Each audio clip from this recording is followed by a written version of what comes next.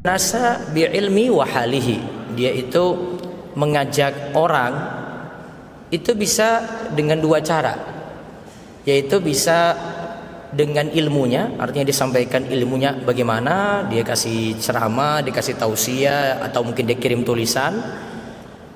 Terus yang kedua, dia bisa juga dengan halihi, dengan sikap, dengan teladan, dengan contoh, atau mungkin orang cuma sekadar lihat dia saja, ini perilakunya baik, akhlaknya baik. Nah, orang bisa ambil dari situ.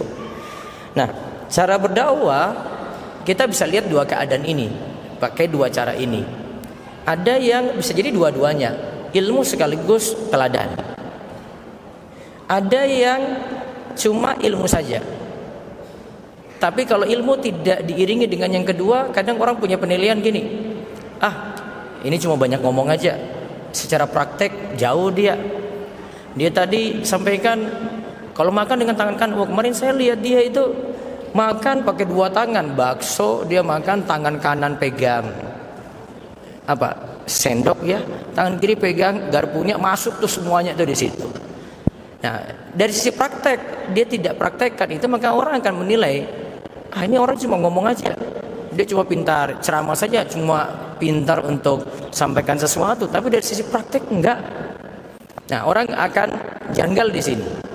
Namun kalau dia itu prioritas cuma dari sisi halihi saja, artinya cuma sisi sikap, akhlak, teladan, perilaku, contoh. Nah, kadang ini lebih berpengaruh pada beberapa orang, terutama pada orang-orang dekat. Mungkin tadi kan saya sebut ada, dipelajari dulu nih, orang ini orang siapa? Apakah ini suaminya? Apakah ini anaknya? Apakah ini orang tua? Apakah ini kerabatnya? Karena di sini tidak disebutkan orang yang tidak senang belajar ini siapa. Nah, nanti tinggal menyesuaikan. Kalau saya biasanya memberi saran, ini menurut pribadi saya, kalau untuk orang-orang dekat itu lebih bagus itu dengan menggunakan hal, sikap, contoh, perilaku yang baik. Saya kasih contoh simpel saja antara istri dengan suami, karena di sini yang hadir ibu-ibu ya. Istri dengan suami, dibandingkan dengan ilmu, sampaikan ilmu.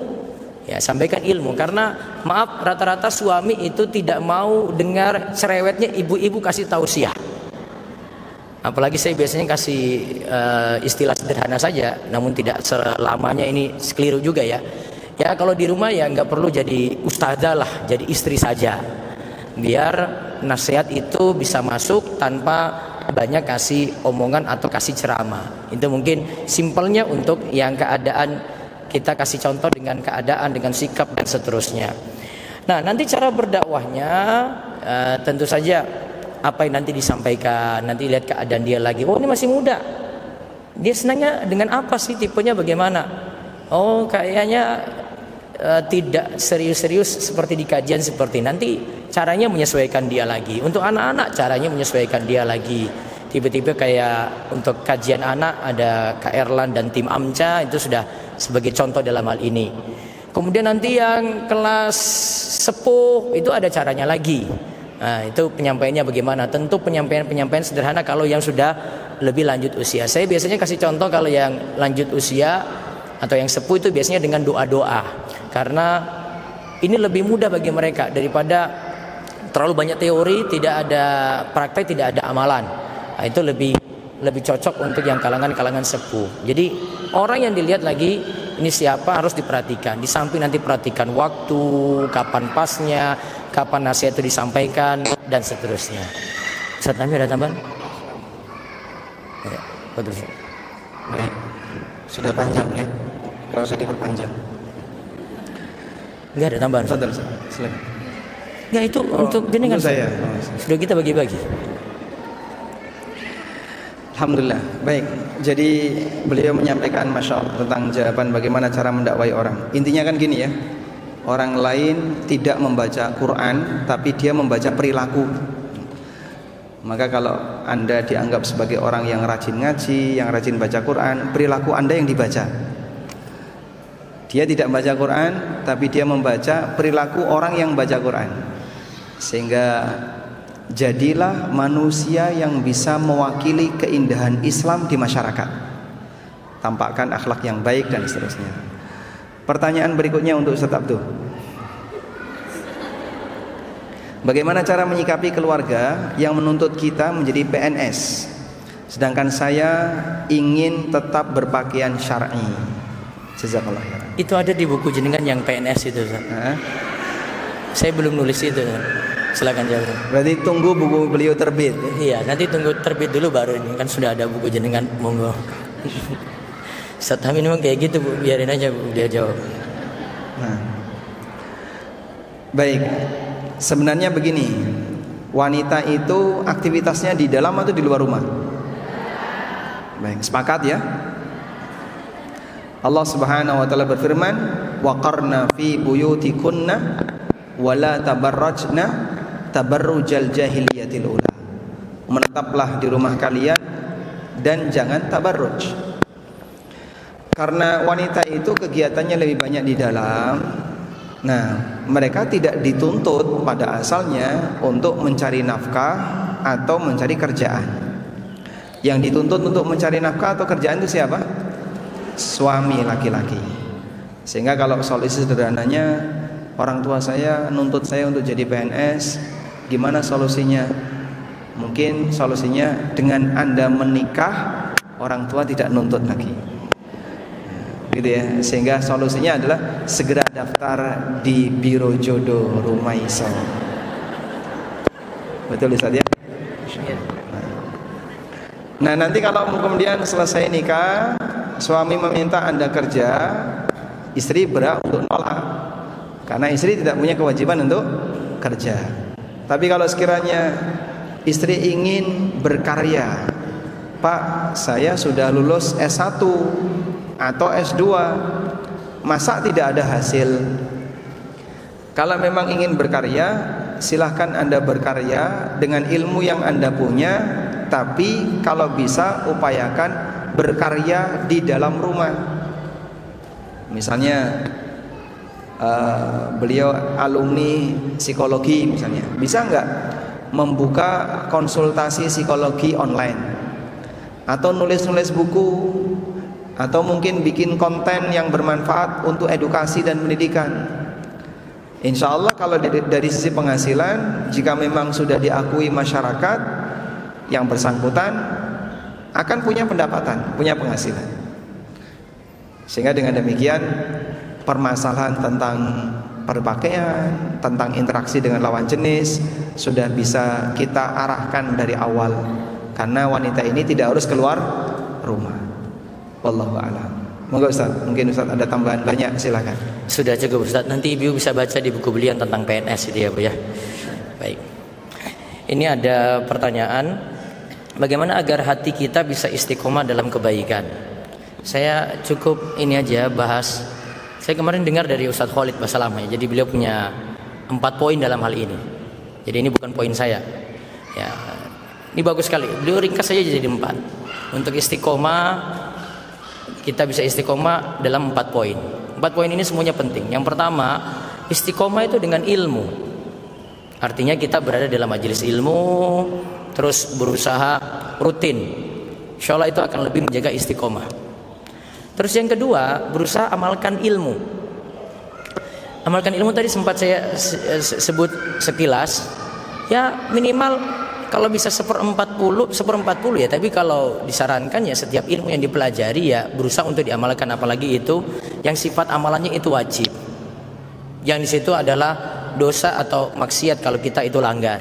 Berarti ilmu tentang ini ya kita amalkan, kita berusaha untuk kalau kebaikan atau itu perintah kita lakukan semampu kita, sedangkan larangan kita benar-benar menjauhinya. Itu kedua. Terus yang ketiga, ini masalah komunitas atau lingkungan. Untuk bisa istiqomah, kita harus berada di lingkungan yang baik. Harus berada di komunitas yang baik. Sehingga kalau misalnya ada yang baru datang ke majelis, terus dia ingin bisa terus ada, ya gabung lagi di majelis tersebut. Misalnya ada majelis dekat rumah, ada majelis yang ada di Jogja sini. Ini kajian rutin pagi itu banyak sekali. Ya. Ustaz Ami ataupun saya itu biasanya ada kajian pagi juga. Ya, nanti ibu bisa milih sesuai ada dekat rumah atau mana yang ibu bisa jangkau di situ. Ya biasanya kajiannya kalau ibu itu pagi. Nah, ibu coba rutinkan aja, itu sudah dapat komunitas, sudah ada teman-teman yang baik di situ. Teman-teman yang baik ini akan ingatkan ibu. Dia ingatkan gimana? Kok hari ini gak berangkat ya? Kok ini sudah 2-3 kali, emangnya ada masalah? Dia bisa ingatkan itu. Atau ada info kajian, dia share ke ibu, dia ingatkan ke ibu. Atau misalnya ada tipe kajian-kajian yang sifatnya private, atau sekarang ada model kajian online, dia juga beritahu ke jenengan tentang hal itu. Maka komunitas ini penting sekali. Komunitas lingkungan itu penting. Terus yang terakhir, yang keempat, ini kata Ustaz Khalid Basalamah itu, kuatkan lagi dengan doa.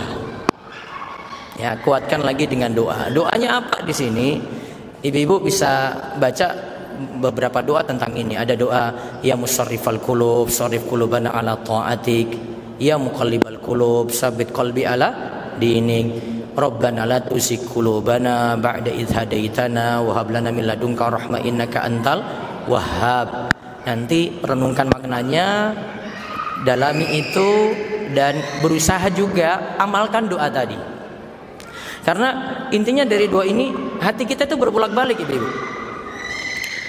Nanti di bulan Ramadan semangatnya luar biasa. Ba'da Ramadan anjloknya keimanan itu luar biasa. Datang musim-musim tertentu, wah ini ada kajian akbar nih, semangatnya luar biasa. Ba'da kajian, ya turun lagi luar biasa. Nah, maka kuatkan lagi dengan doa. Karena sifat hati itu berbolak-balik. Ya, kita hanya bisa meminta tolong kepada Allah supaya bisa terus istiqomah. Maka 4 rumus tadi bisa diamalkan, itu jadi kiat supaya istiqomah. Dan terakhir itu yang paling penting sebenarnya, jangan lupa untuk berdoa semacam tadi. Di sini kita menyandarkan diri kita kepada Allah, tawakal kepada Allah, karena Allah yang jaga hati kita, bukan kita. Jadi jangan andalkan diri kita sendiri. Saya bisa istiqomah, saya bisa terus ngaji, saya bisa terus ibadah. Jangan berulang kali bilang saya kuat gitu.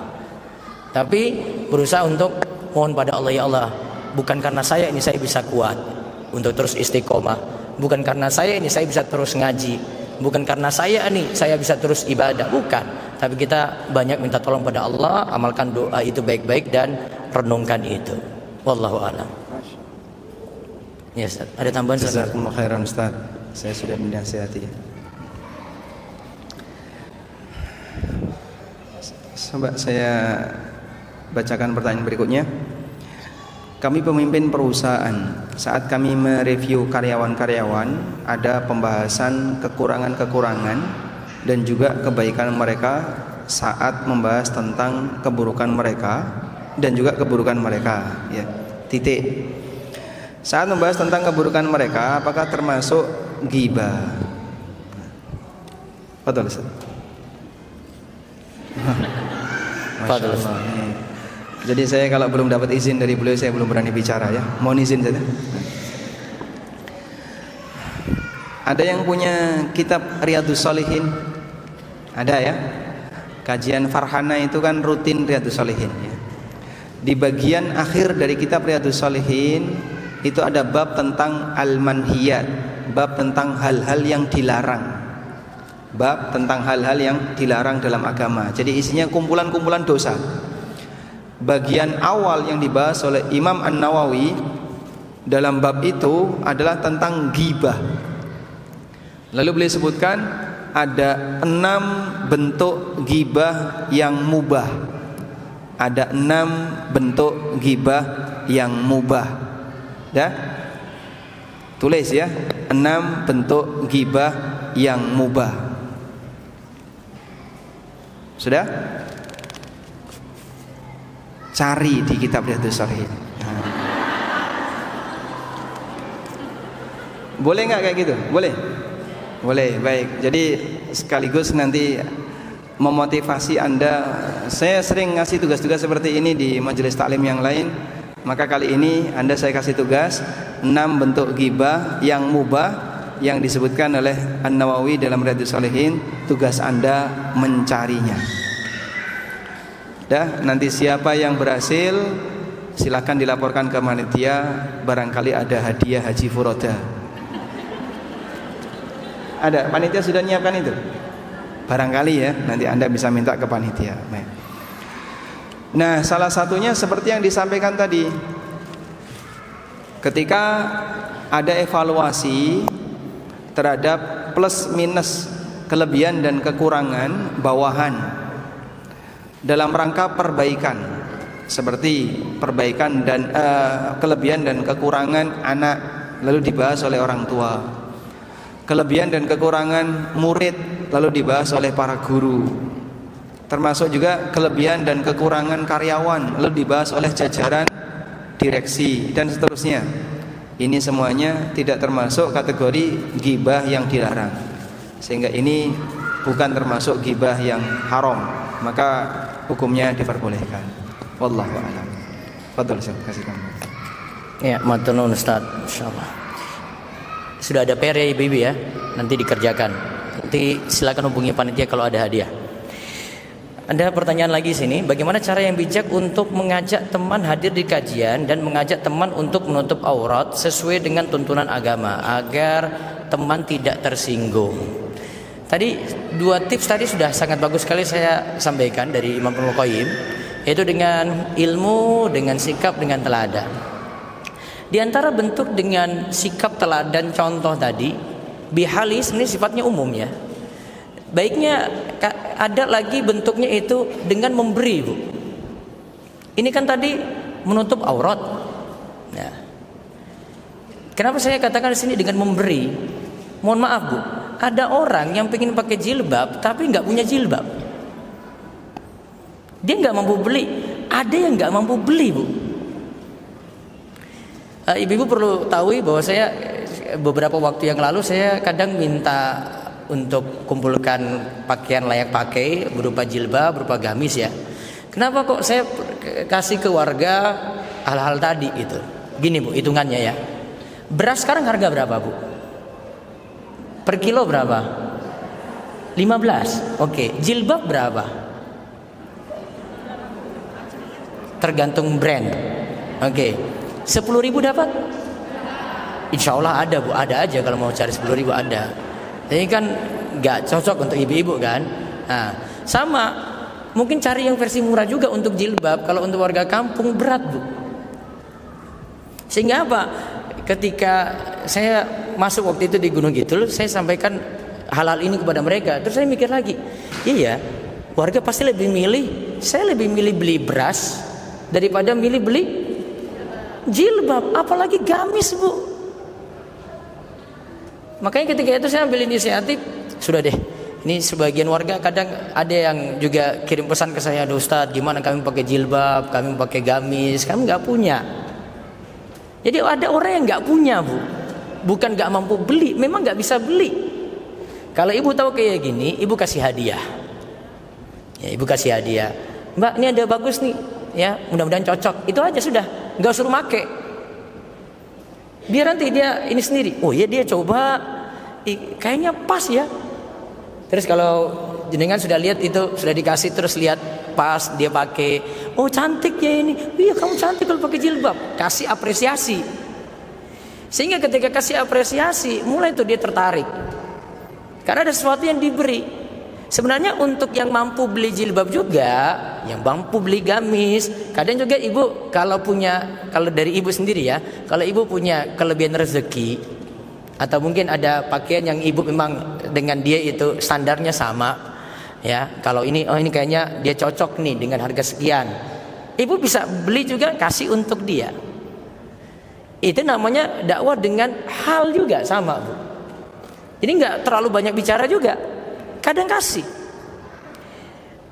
Kadang orang memang tadi hitungannya dia bilang gini, saya kapan make? Mungkin ibu lihat dia juga belum make gitu ya. Ya kapan-kapan saja.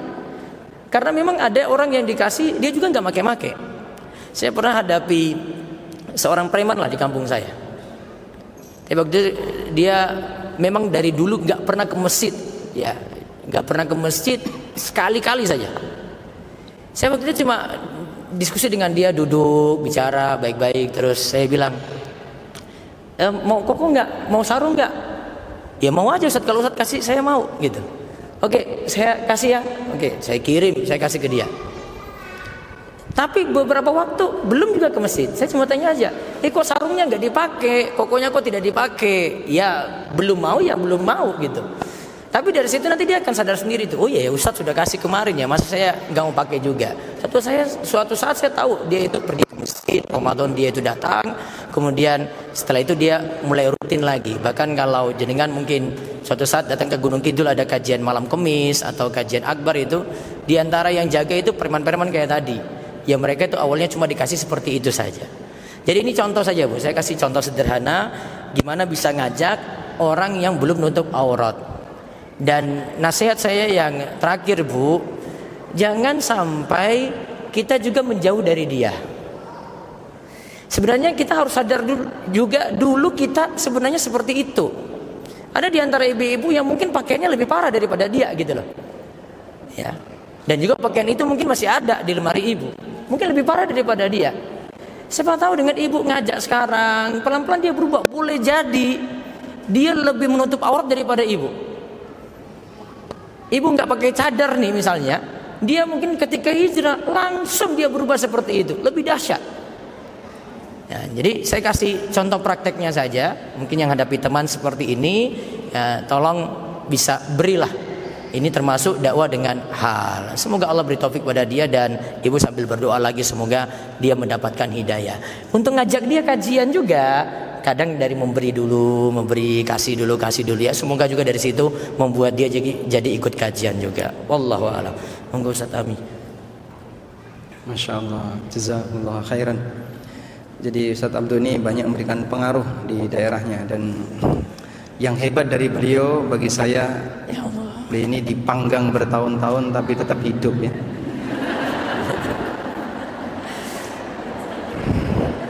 Berapa tahun dipanggang Ustaz? Dari nikah Ustaz 2007 Ustaz. 2007. Iya. 2005 jadi korbannya UGM, dilempar ke sana KKN-nya. Kalau Ustaz Ami kan di Sleman kan? Saya di utara. Di utara. Saya ditaruh di pelosok yang nggak pernah mandi 1 minggu. Siap ya. Baik, sekarang ada pertanyaan ini. Assalamualaikum. Waalaikumsalam.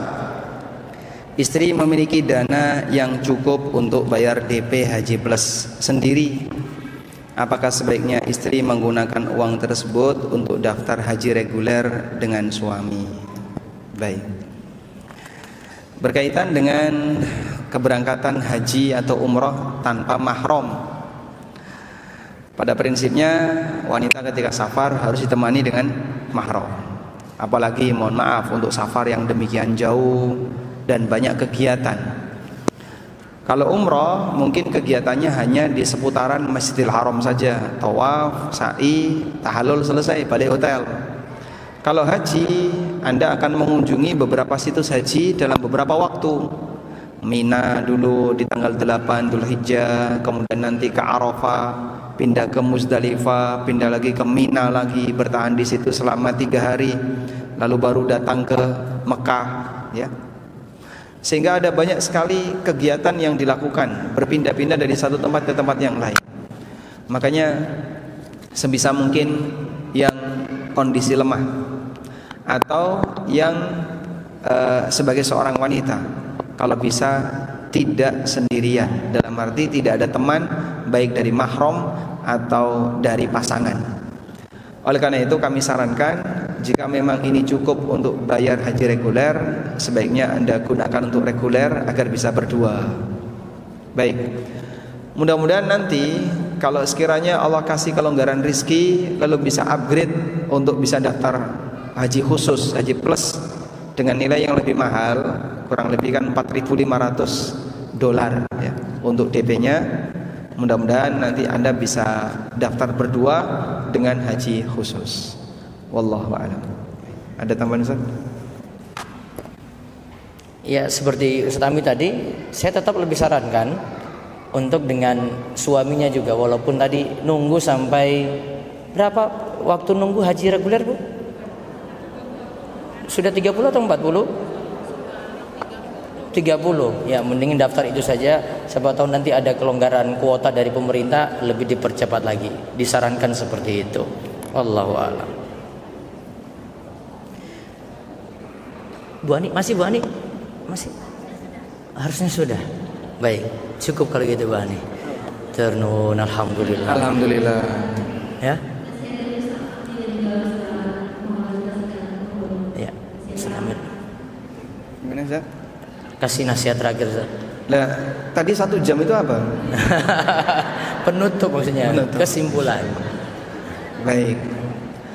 Alhamdulillah, mungkin suasana semacam ini membahagiakan bagi sebagian jamaah sehingga Anda merasa betah di sini dengan mendengarkan ilmu dan juga kumpul dengan sesama teman yang baik. Dan kita akan menghadapi tantangan pada saat kita meninggalkan majelis semacam ini. Salah satu di antara pesan yang berkali-kali beliau tekankan adalah banyak berdoa tadi ya. Karena hamba tidak akan bisa selamat dari semua tantangan hidup kecuali jika dia diberi taufik oleh Allah. Dan ada satu hal yang barangkali bisa dipraktekkan. Mini habit. Mini habit itu penting. Kebiasaan baik yang sederhana yang dilakukan dengan cara dicicil. Cara dicicil. Gimana itu, Pak? Ya bertahap ya. Hari ini apa hal baik yang bisa aku lakukan? Sedikit demi sedikit, mudah-mudahan ketika kita rutin seperti itu, kita bisa jauh lebih baik dibandingkan sebelumnya. Baik, mungkin itu yang bisa kita sampaikan. Dan tadi ada hadiah yang akan dibagikan oleh panitia berupa Al-Quran ini sudah disediakan di depan. Mengenai teknis bagiannya kami kembalikan ke panitia. Mohon maaf jika ada banyak yang kurang. Jazakumullah khairan atas perhatiannya. Wassallallahu ala nabiyyina Muhammadin wa ala alihi wa sahbihi wasallam. Wa akhiru. Tidak hanya kapasitas ilmu saja yang kita perlu ketika kita itu nyampaikan nasihat dakwah kepada yang lainnya, terutama juga untuk ibu-ibu. Ya, misalnya ketika ingin melihat suami, nasihati, memperbaiki keadaan suami, keadaan anak-anak. Salah satu yang tadi saya ambil dari beberapa pertanyaan yang sudah saya jawab, poin paling penting itu sebenarnya dari sisi teladan, perilaku, tingkah laku, banyak memberi dan bantu orang. Nah, nanti kita mudah-mudahan bisa mempraktekkan itu, karena dari sini setiap ilmu akhirnya jadi kita amalkan. Seperti tadi disampaikan oleh Ustadz Ami, kita bisa amalkan, kemudian ilmu ini mudah nyampe juga pada orang lain lewat teladan atau sikap kita. Dan jangan lupa juga untuk memberi jika punya kemampuan di situ, dan jangan lupa doakan orang lain juga untuk mendapatkan hidayah. Itu dari kami, semoga manfaat. Monggo Bu Ani bisa ditutup.